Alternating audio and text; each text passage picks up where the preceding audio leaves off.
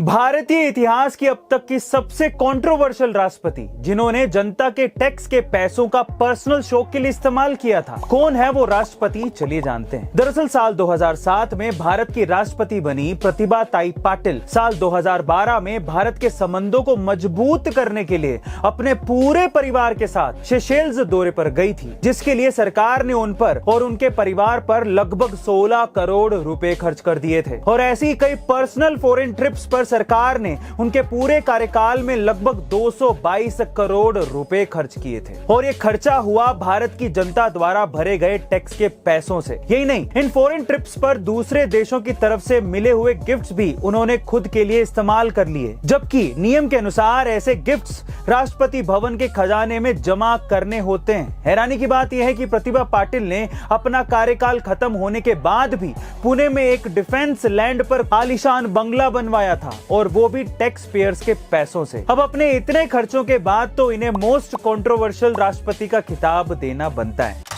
Actor Sanjeev Kumar अक्सर ऐसा कहा करते थे कि वो शादी कभी नहीं करेंगे, नहीं तो उनकी मौत हो जाएगी, पर लिखे हुए हाथ से कभी टला नहीं करते। कैसे, चलिए जानते हैं। दरअसल संजीव कुमार के मन में बचपन से ही ये डर बैठ गया था कि अगर वो शादी करेंगे और जब उनका बच्चा 10 साल का हो जाएगा तब उनकी मौत हो जाएगी।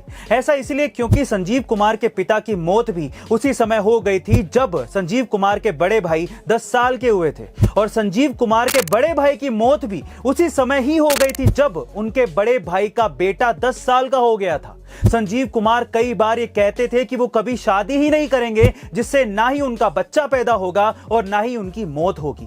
इसलिए उन्होंने उनके बड़े भाई के बेटे को गोद ले लिया। लेकिन वो कहते हैं ना कि विधि का विधान कभी टाला नहीं जा सकता। जिस साल संजीव कुमार का गोद लिया हुआ बेटा 10 साल का हुआ, उसी साल संजीव कुमार की 47 साल की उम्र में मौत हो गई, और उनका ये डर सच साबित हो गया। इसलिए कहा जाता है कि अगर आप अच्छा सोचोगे तो आपके साथ अच्छा होगा, और अगर बुरा सोचोगे तो आपके साथ बुरा।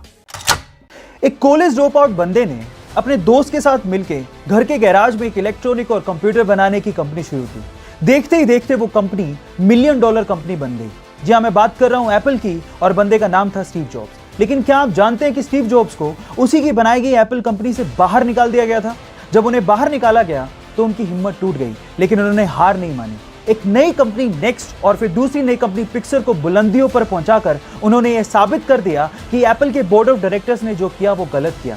फिर उसके बाद एप्पल में एज अ सीईओ उनकी एंट्री हुई, और उसके बाद स्टीव जॉब्स ने और एप्पल ने कभी पीछे मुड़ के नहीं देखा। एप्पल दुनिया की मोस्ट इनोवेटिव कंपनीज में शुमार है, जिसकी वजह है सिर्फ और सिर्फ स्टीव जॉब्स। उनका एक डायलॉग, एक सक्सेस मंत्रा मुझे आज भी याद है, स्टे हंग्री स्टे फुलिश, जो आपको और मुझे इंस्पायर करता रहेगा। So guys, stay hungry stay foolish.